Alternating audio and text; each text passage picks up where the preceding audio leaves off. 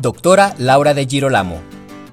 Es autora de más de 80 artículos y 10 capítulos de libros de medicina regenerativa ortopédica. Su investigación básica y traslacional se centra en las células madre mesenquimales, en particular derivadas del tejido adiposo y tendones. Sirvió como investigadora principal y coinvestigadora en distintos proyectos de investigación nacionales e internacionales. Es directora del Laboratorio de Biotecnología Ortopédica del Instituto Ortopédico Galeazzi en Milán.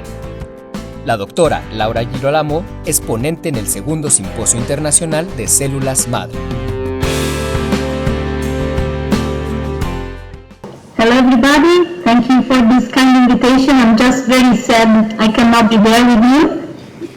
I really wish I was there in Cancun, and my friend Diego sent me amazing pictures of your location, so I'm really jealous, and next time I'm sure I will be there. So I would like to thank the Clio Vida for the kind invitation to be a speaker at this very interesting conference. And of course, my nicest regard to my friend Diego Correa and Professor Andrew Kaplan. So since you are receiving two amazing lectures just right after me about the science behind the stem cells, mesenchymal stem cells, I'm going just to show you our Italian experience, what we are doing in Italy, but more in particular what we are doing at the center. I have the pleasure to be the director of the Regain Center, which is located within the Galeazzi Orthopedic Institute. So this is my disclosure, but even more important is that I'm self-free since ever. So this I think is an important disclosure I have to do. But I think I'm in a good company if you are attending this conference. So I don't have to convince you that regenerative medicine is a growing market, but also really important for growing research area.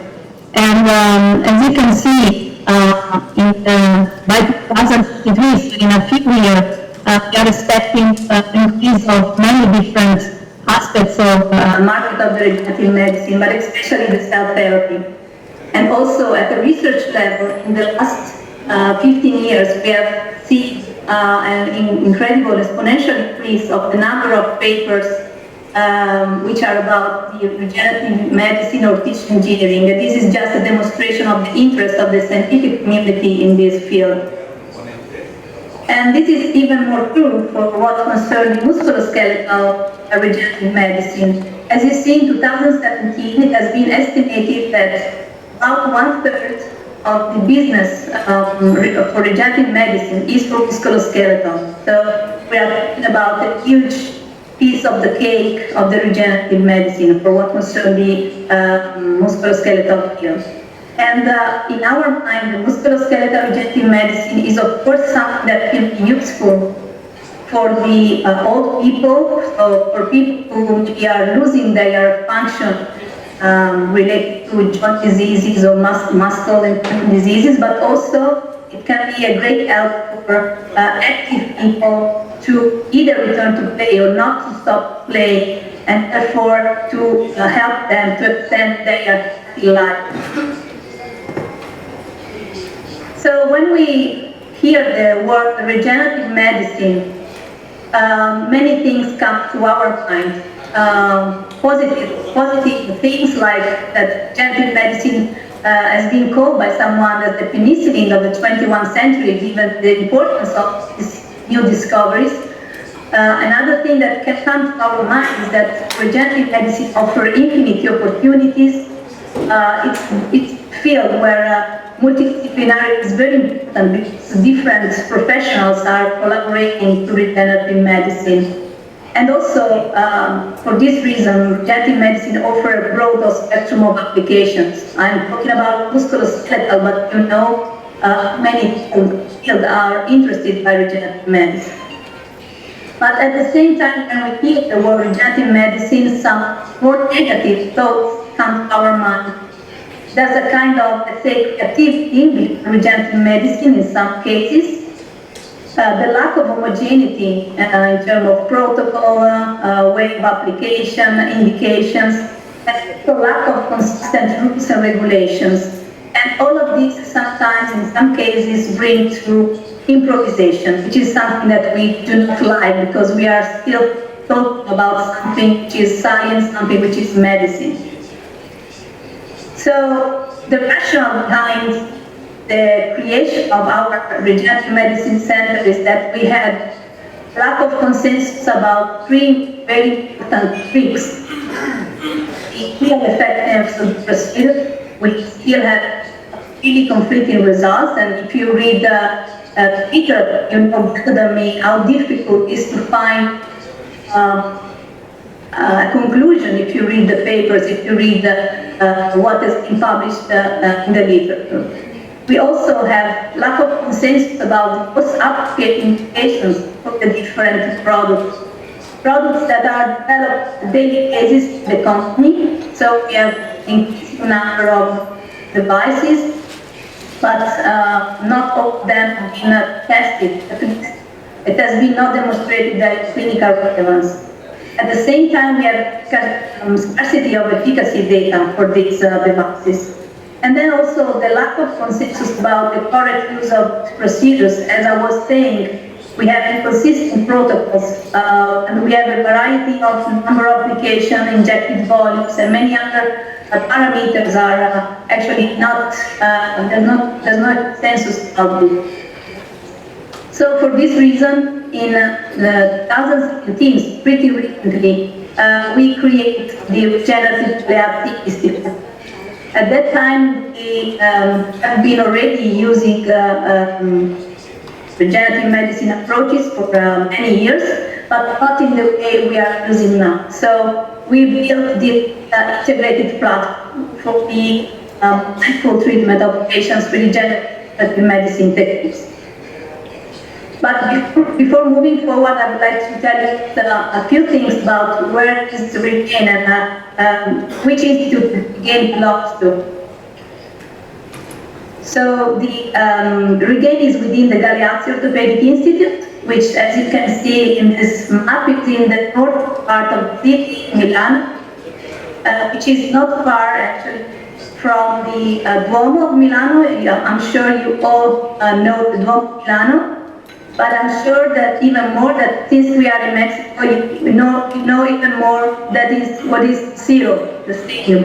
And so it's not far from the stadium, and Diego is very happy about this because every time he comes to visit me, he wants to go to San Siro, and it's a kind of soccer thing. So the Galeazzi Orthopedic Institute is an hospital founded in 1963. It's a medium large hospital, but with a very intense activity from, especially at the surgical level, with approximately 16,000 of surgical intervention per year. And in 2006, we have been recognized from the Ministry of Health as a research institute. In Italian, the acronym is IRCCS.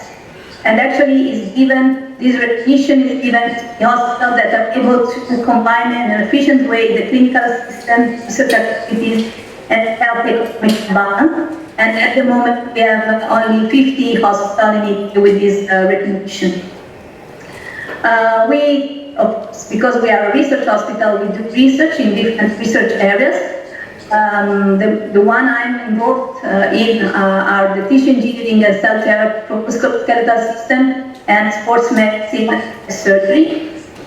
And the hospital has 45 clinician researchers of different skills. As I told you, regenerative medicine is a multidisciplinary approach, so we are of different formations, different educations. And the Galeazzi Orthopedic Hospital belongs to a very big group, a private health group. It's the biggest in Italy and the 5th in Europe. And the group has 18 hospitals, of which 3 are research hospitals, and with an impressive number of patients treated per year. And at the moment, the hospital, the Galeazzi Hospital, is not very nice because it's a pretty old building, but we are expecting by 2022 the new hospital, not far from the current hospital and even closer to San Siro. Diego, that's for you. And actually, the hospital will be a very nice one, of course, very modern, with one full floor dedicated to research. But we go back to the model we used to build and to create Regain.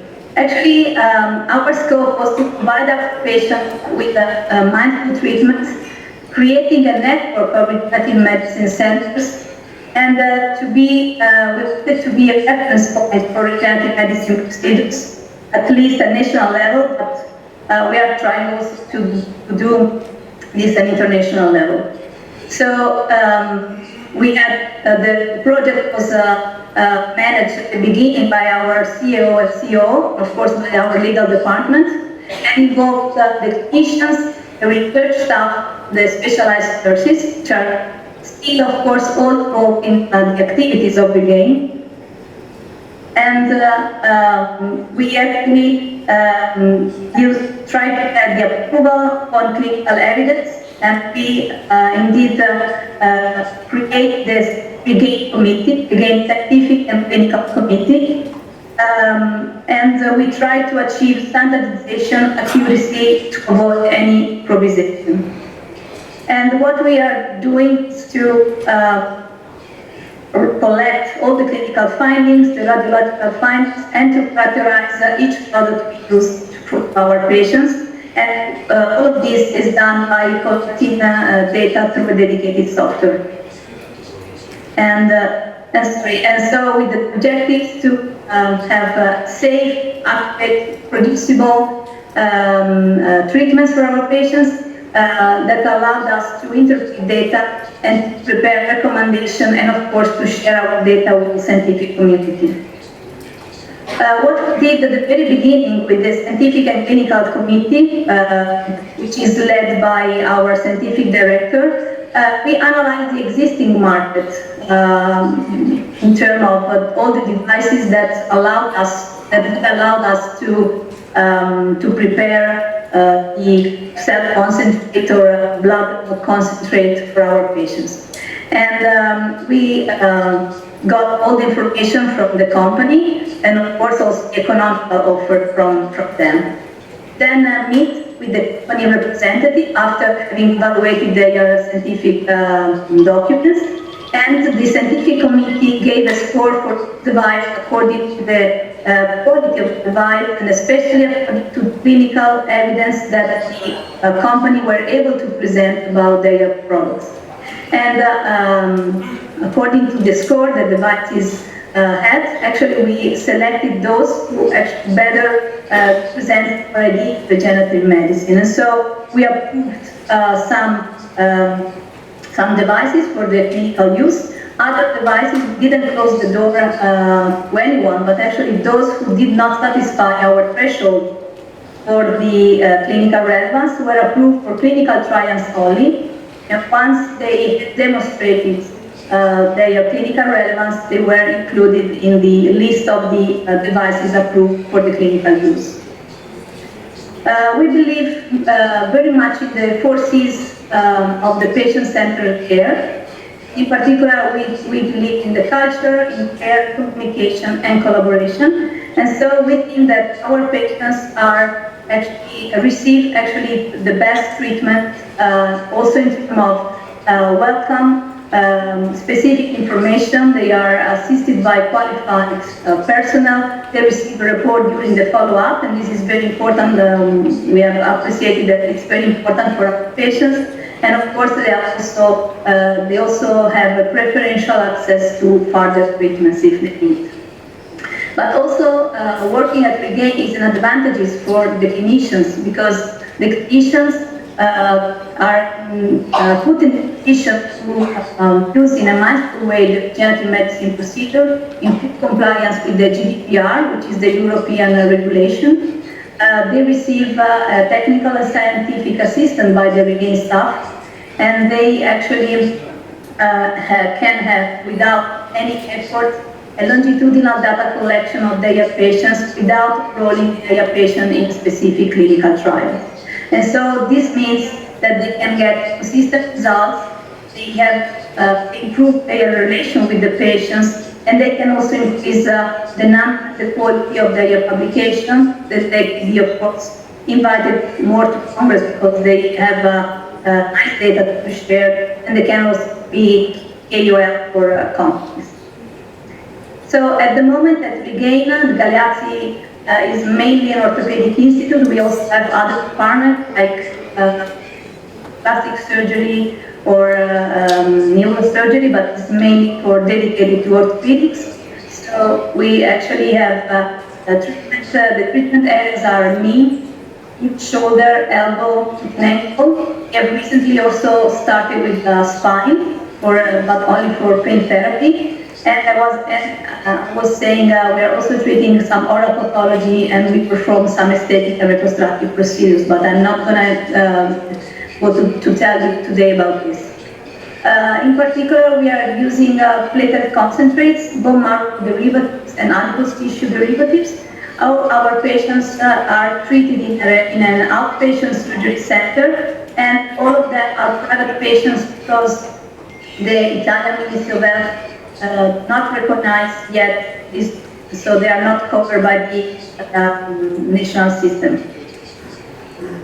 So we started, back to the software again, we started at the end of 2017 with our very first patient, Paolo Maldini. Maybe some of you would recognize him because he was a patient of one of our doctors. And so we wanted to start in the best way our experience, our initiative at Regain with him.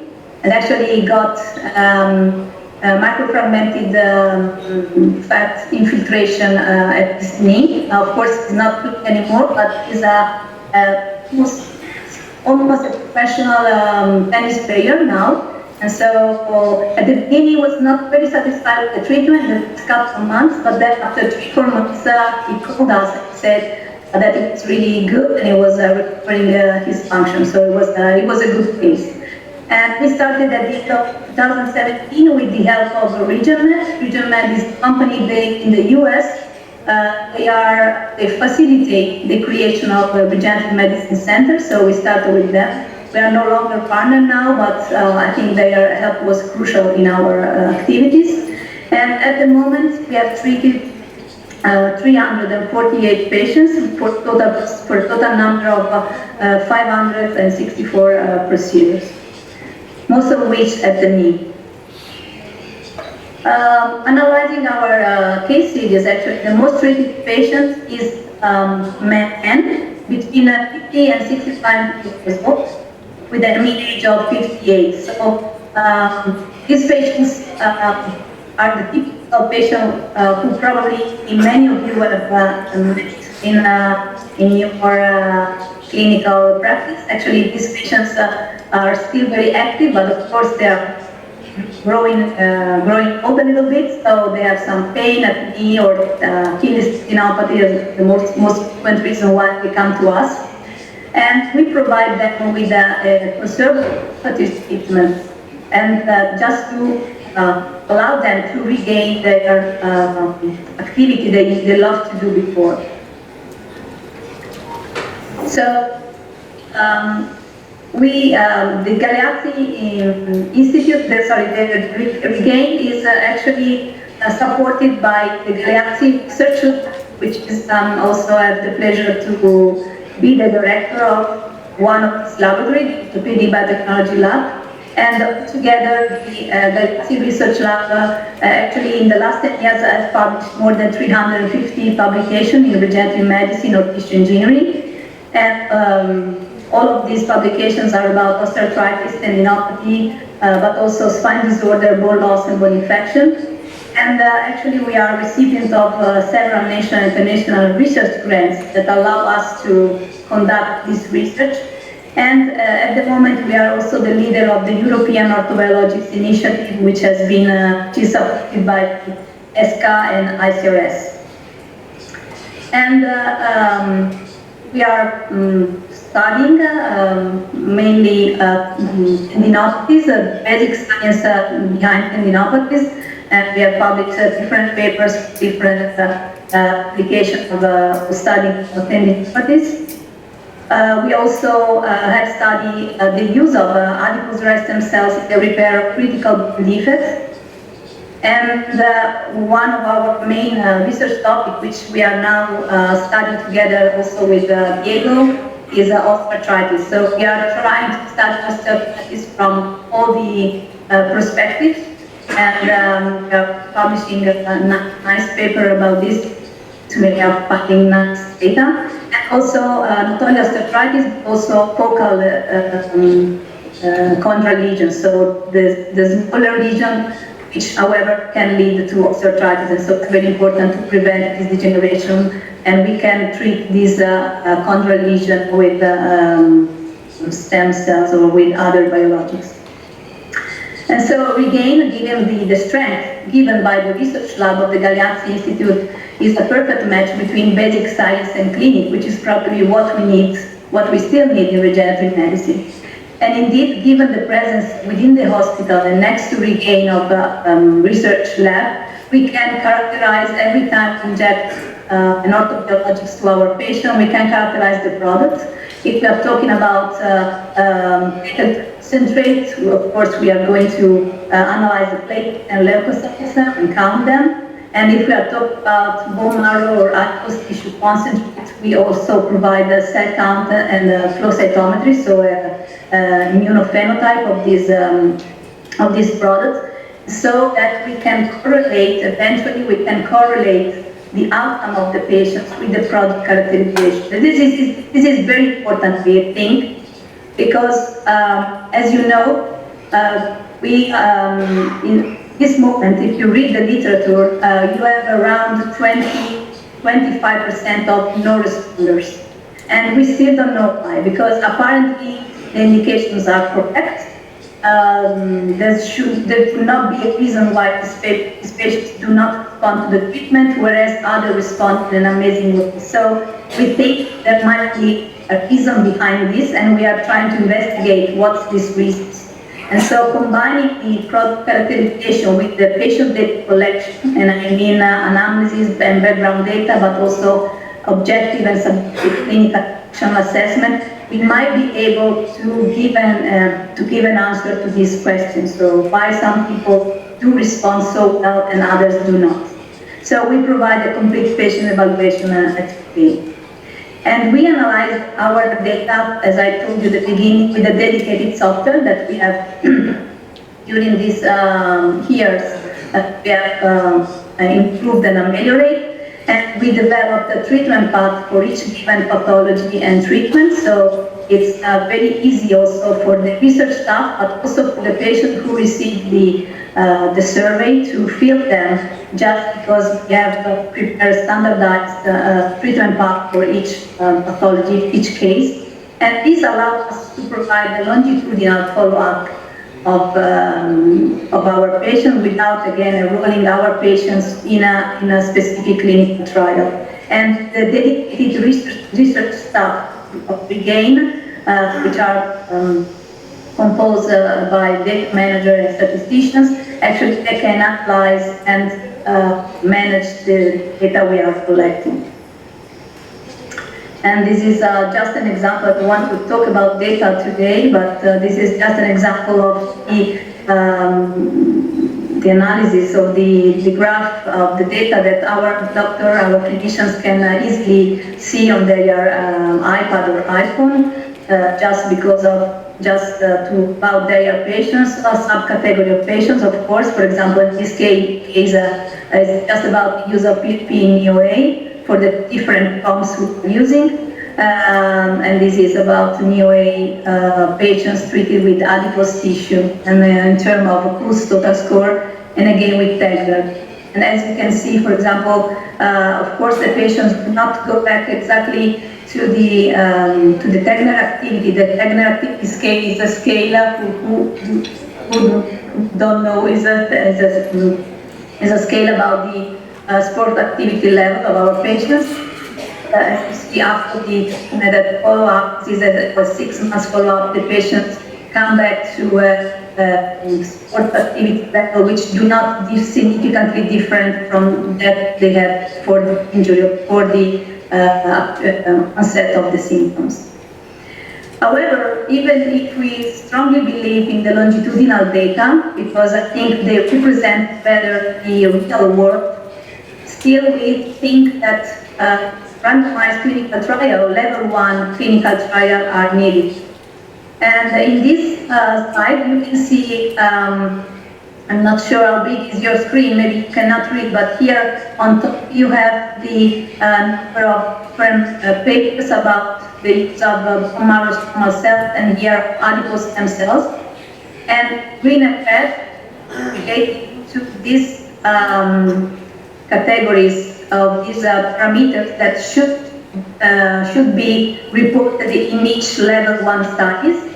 But actually, as you can see, they are not all the studies. So if you go in vertical like this study, the first one should be all green with respect to these parameters, but actually some are red, some are green. And if we see the quantitative analysis of this graph, you see that out of 46 variables, only 28 were reported with a mean on average. With a minimum of 18 and a maximum of 33. And actually this is for bone marrow, and for adipose tissue the situation is not different. So, and there's no studies providing comprehensive reporting. So probably we still need to, first of all, increase our skill in conducting these trials, but also we need more randomized clinical trial, more level 1 studies to improve our knowledge in regenerative medicine. And for these reasons, at Galeazzi, we are also at Regain, we are also conducting randomized clinical study and 4 studies on different pathology and different sites, as you can see in this table. All these studies at the moment are ongoing, and we are probably starting with a couple of new ones in the next months. Maybe next year, if I'm coming out, I can show you some of these results, hopefully. So I told you about the musculoskeletal regenerative medicine we do at Regain, but Regain, as I mentioned, is a part of the hospital, which is part of a huge health group. So we want to extend the regenerative medicine at 360 degrees. And so other colleagues are thinking about starting with a woman clinic, space and air clinic, and also using regenerative medicine for immunotherapy and diabetes. This is still, of course, ongoing, but it's one of our missions for the next years, probably in the new hospital. And also, I think that Regain can give us other opportunities in the future, like having higher impacts in literature and international conferences for regenerative medicine. We would like to be a teaching center for regenerative medicine. And also, we have been asked for many companies, but also from scientific society to be a pilot center for developing new reimbursement pathway for the national health system. Because if we clearly demonstrate efficacy of these treatments, and if we clearly demonstrate that this treatment can slow the progression, for example, of osteoarthritis, which is one of the most important and most expensive, I would say, also diseases we have worldwide, then of course we might hope for reimbursement from the national health system. But to convince them, of course, we have to present them basic topics. And also we want to a reference center for clinical trials, as we are already, but we want to improve this. But even more important, we want to actually be in network with many other regenerative medicine centers, because we really do believe in sharing data to increase knowledge. And so for this reason, we have already started to affiliate centers in Italy. We have already affiliated 4 centers. And together with them, we are sharing common software, treatment protocols, indication, and procedures. All of this with the final aim to collect the same data, using the same devices, using the same indications. And so this data would be not apple and orange as usual, but maybe only apple or only orange. And that would allow us to get a big data collection that could serve for the purposes I just told you a few seconds before. So our experience at Regain so far is that, of course, we think that regenerative medicine can really offer a valid alternative to the traditional approaches we have in orthopedic medicine and surgery. But many aspects have to be clarified yet to exploit the full potential of these approaches. And data collection, longitudinal or level 1 studies are still both needed. So that's why we are running both the longitudinal study, but also we are still focusing on RCT and level 1 studies. We like the idea to work together as scientists and physicians. And this is really pretty nice within our hospital because on the same floor we have the surgery rooms, some surgery rooms and our research labs, and we have a common relaxed area. And so we meet pretty often together with physicians, and it's really been inspiring for many of the projects we are running, and we do really think that this combination is really synergistic and can bring to the best results in regenerative medicine. Probably the basic scientists that cannot live without physicians, and physicians cannot live without basic scientists in this field.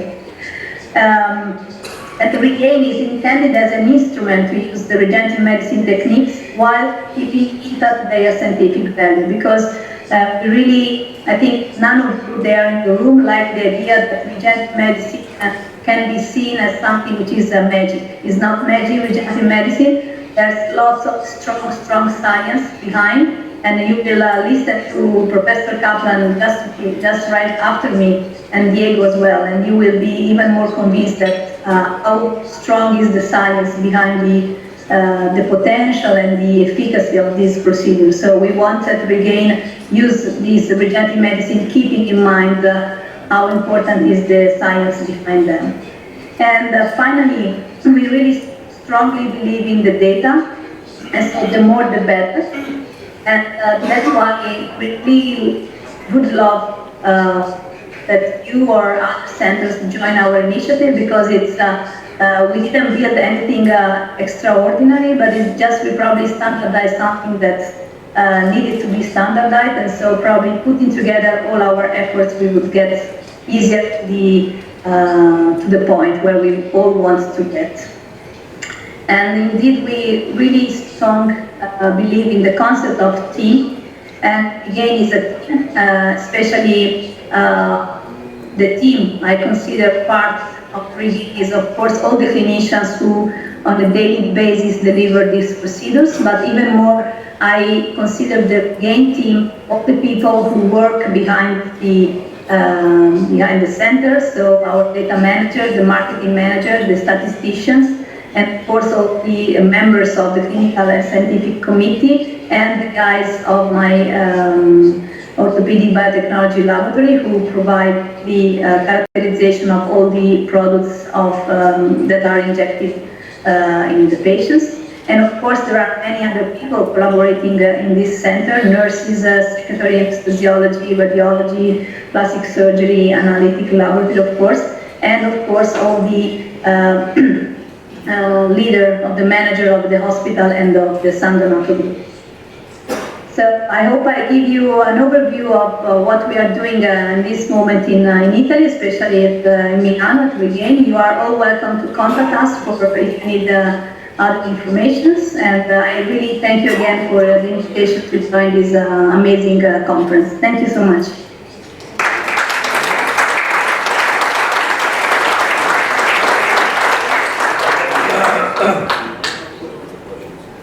Yeah, sure.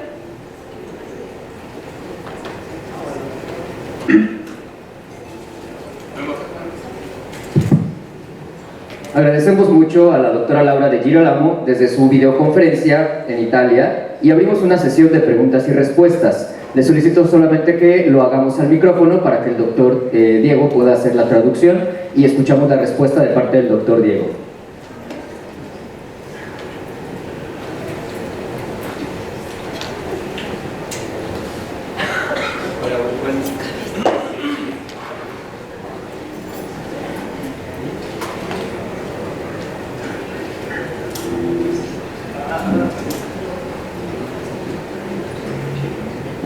Buenos días, Miguel Ángel Ochoa de Guadalajara. Quería preguntarle con respecto evidentemente no hay una legislación clara todavía sobre el uso de células madre, pero ¿qué pasa con el doping? Porque si se utilizan en deportistas, sería interesante saber qué. So Laura, basically the question is the following. So it's absolutely clear that there's no regulation so far for regenerative medicine. But since Galeazzi sees sportsmen and sports people, do you see any problem in terms of doping using regenerative medicine approaches for soccer players, etc.? I'm sorry, Diego, because I couldn't hear you very well. So the question is what's the regulation for sportsmen? Yeah, so is whether these treatments could be considered doping for soccer players, for instance? No. At least, no. There was in the past, many years ago, I had just joined the institute. There was a problem with the PRP because of PRP contained also increased concentration of IGF-1, and IGF was in the WADA list. But at the moment, the use of cells is not recognized as doping. No está considerado. Now Arnold is going to give you a... Hello, Laura. Arnold Kaplan. You can hear me or you can't hear me? I need to speak louder? A bit, not so, well. So it's Arnold. The question I have is that cell therapy is now being used in other specialties. The first product in Europe approved is for anal fistulas and Crohn's disease. Will your hospital expand this technology into non-orthopedic uses?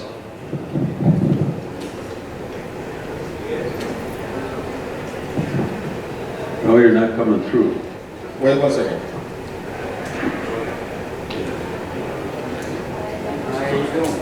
Laura, we can't hear you. 1 minute. Can you hear me? Yeah, now we can hear you. Okay, sorry. No, I said thanks, Arnold, for your question. So my hospital, the Galeazzi Institute, has not a department focused on Crohn's diseases or gastrointestinal diseases, but very likely the San Raffaele Hospital, which is part of the San Donato group, will do this. We recently spoke about this with some people of the San Raffaele Institute, and actually they were exactly talking about this. So, para traducir la pregunta del profesor Kaplan es, en Europa ya está aprobado un producto basado en células madre para fístulas anales en enfermedad de Crohn. Y le estaba preguntando a la doctora de Girolamo si el instituto de ellos en Milán iban a seguir esas recomendaciones. La respuesta de Laura es que el Instituto Galeazzi se especializa exclusivamente en ortopedia, pero ellos hacen parte del grupo San Donato, que son 16 hospitales en el norte de Italia, y varios de ellos están ya adoptando esas técnicas para manejar pacientes con enfermedad de Crohn y fístulas anales con terapia celular basada en derivadas del tejido adiposo. Buonasera dottoressa, io sono la dottoressa di Argentina, di Patagonia. Una domanda, tu usi una placa biologica con la cellula staminale per la recuperazione del ginocchio in tuo ospedale? Una placa biologica per la recuperazione con la cellula staminale para la lesione del ginocchio en deportivos. Capito? Sì, sì, ho capito. I just didn't get what do you mean with placa. Placa is membrane? Biological tissue. Synthetic. Like a membrane or matrix or something like this? Placa is that? And tissue. Español, La placa que es, o sea, un tejido sintético con células madres. Ingeniería de tejidos, tissue engineering. Using injury tissue. Tissue engineering, Laura. Tissue engineering. Yeah, okay. Yes, so, yeah, I got the question. Thanks for your question, and you have a good Italian speaker. So, we do not have inside Galeazzi a GMP laboratory or a cell factory, so we cannot expand cells. What we did in the past, that is not exactly a tissue engineering approach, but it's something close to that, is we harvest the bone marrow from the patients, and intraoperatively we obtain the bone marrow concentrate, and we put this bone marrow concentrate on a collagen membrane, and we use this to repair ICRS 2 or 3 cartilage lesion of the knee, mainly on the condyle, but also on patella. And it was a randomized control trial we had in 2010, because now we had the follow-up at 9 years. And actually, the control group was the matrix only without the BMAC. And the rationale behind this technique, I mean the one that we use as control group, is called AMIC, that you do a microfracture of the knee, of the condyle, so the bone marrow comes out from the microfractures you did, and the membrane actually provides to cover the lesion and provide a biological chamber and attract the bone marrow cells containing the bone marrow, and this technique alone is able to provide a good cartilage repair. But adding bone marrow stem cells from PMAC prepared at patient care, we were able to achieve better results in the first 1 year. So at 12 months, we have significantly better results in the patients where we use the combination of the collagen membrane and the BMAC. But then at the later follow-ups, we did not see any advantages of using this combination.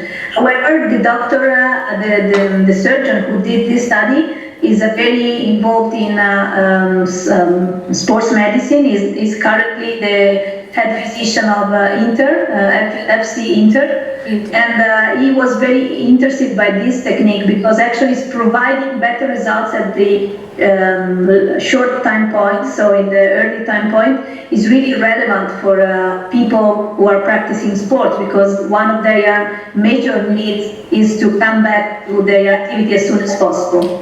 And so he's still using this technique also in professional players. Ok, grazie mille dottoressa. Grazie a lei. ¿Lo traduzco? Sí. Bueno, básicamente la pregunta era si existe en el Galeazzi algún abordaje basado en ingeniería de tejidos para lesiones condrales del cartílago. La respuesta de Laura es la siguiente: ellos no trabajan con ingeniería de tejidos en el Galeazzi, precisamente, específicamente, no tienen un GMP para procesar células. Sin embargo, hicieron un estudio aleatorizado en el cual había los pacientes con lesiones grado 2 o grado 3 de ICRS de condrales de la rodilla. Los adjudicaban a dos diferentes grupos. Uno en el cual recibían en una membrana de colágeno, se sembraba lo que se llama el BMAC, que lo vamos a ver en un segundo, que es el aspirado concentrado de médula ósea, versus la membrana sola con una técnica que se llama microfractura, que esta técnica lleva más o menos 30 años en el ámbito ortopédico, y lo que vieron es que a corto plazo había mejoría en los pacientes que recibieron la membrana con el BMAC versus el control. A largo plazo no hubo diferencias estadísticas. Sin embargo, el investigador principal, que es Sports Medicine, el deportólogo, le interesó el cambio agudo que había en esos pacientes, entonces sigue haciendo este tipo de tratamientos. ¿Otra pregunta? días, soy el doctor Luis Quinto de Veracruz, México. Doctora Laura, le voy a hacer 3 preguntas. Número 1. Una por una para Sí. la traducción. La primera pregunta es, ¿qué lesión tuvo Paolo Maldini? ¿Y cuál fue su evolución y manejo? So Laura, basically Paolo Maldini, what was his injury and how he was recovered? Yeah, so actually, he had, even if he's only 50, his knee actually looks like a 70 years old man, because of course of all the sports activity he did and many also injuries he had during his career. So he actually has osteoarthritis, I would say grade 3 osteoarthritis. So, you know, I'm sure Professor Kaplan or Diego, maybe both of them, will tell you about the rationale behind the efficacy of these treatments in inflammatory diseases like osteoarthritis. And so the rationale behind this treatment for Paolo Maldini was that he didn't want to have any major surgery because he's still a very active man. And this treatment should have actually provided restoration of the homeostasis, the joint homeostasis, through the release of the molecules. And so a very powerful anti-inflammatory potential of this treatment. And as I told you, in the first couple of months, he was not very happy. He said, no, I don't feel any improvement. But then after 3 months and a half, he called the doctor who performed the injection, and he said that he was doing pretty well, and he recovered his activity as a semi-professional tennis player. Solo como comentario, tienen la traducción en los audífonos de la respuesta. La última pregunta entonces, ¿qué experiencia tiene en el manejo y evolución de la genoartrosis grado 2, grado 3 y qué estudios tienen de investigación? So what other studies you have in Gaviace for knee osteoarthritis stage 2 and 3 of Keller-Lawrence?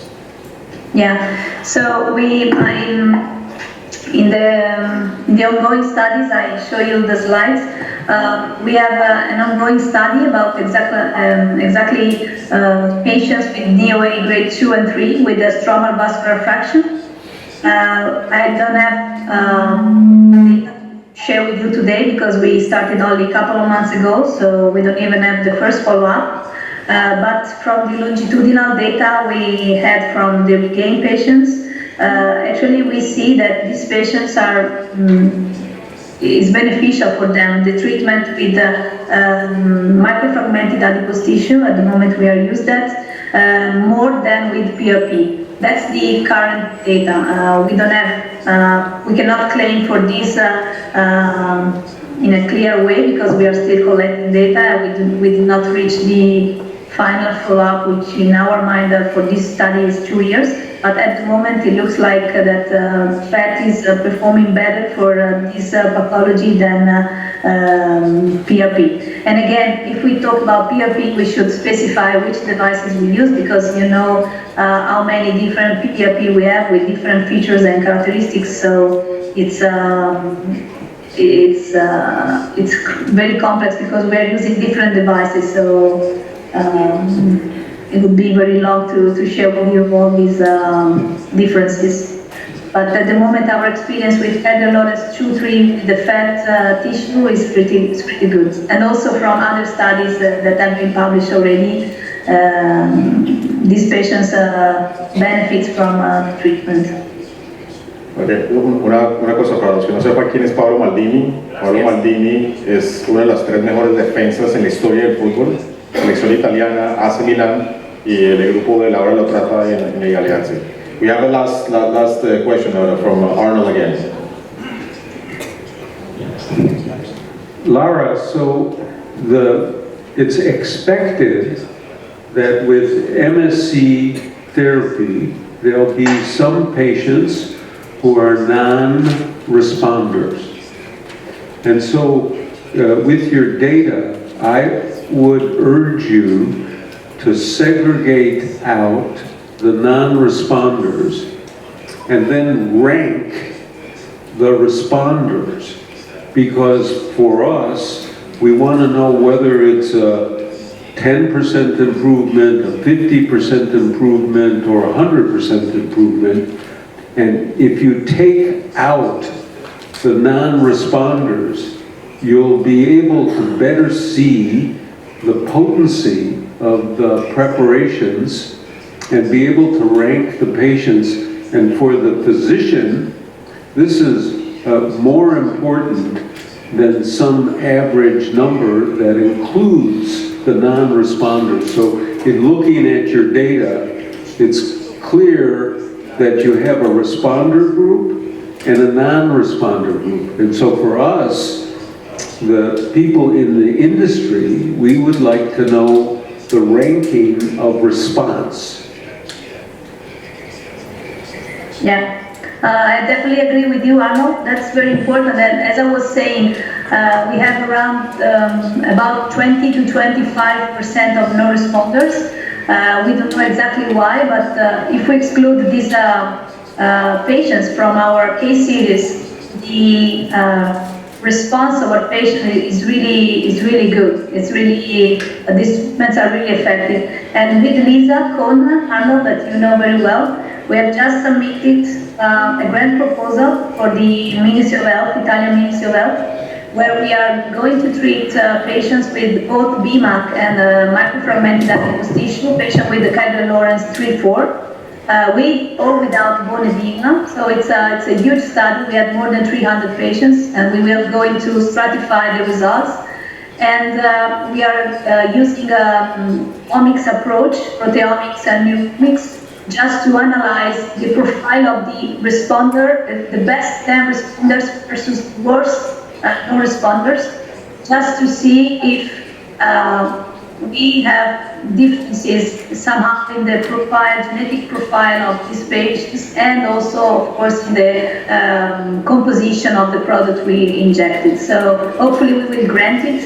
And I guess this would be a very nice piece of the story, because we really miss this information, and I'm sure sooner or later someone will have it. Hopefully our group, but even if we're not our group, I hope someone will get just to clarify the situation. Bueno, muchas gracias. Solamente being with us this afternoon in Italy, here this morning here in Mexico, and be sure that next year you're gonna pack your jumpsuit, and because the ocean is waiting for you. Thank you so much, Laura. Let's talk a little bit. Thank you, everybody. Agradecemos a la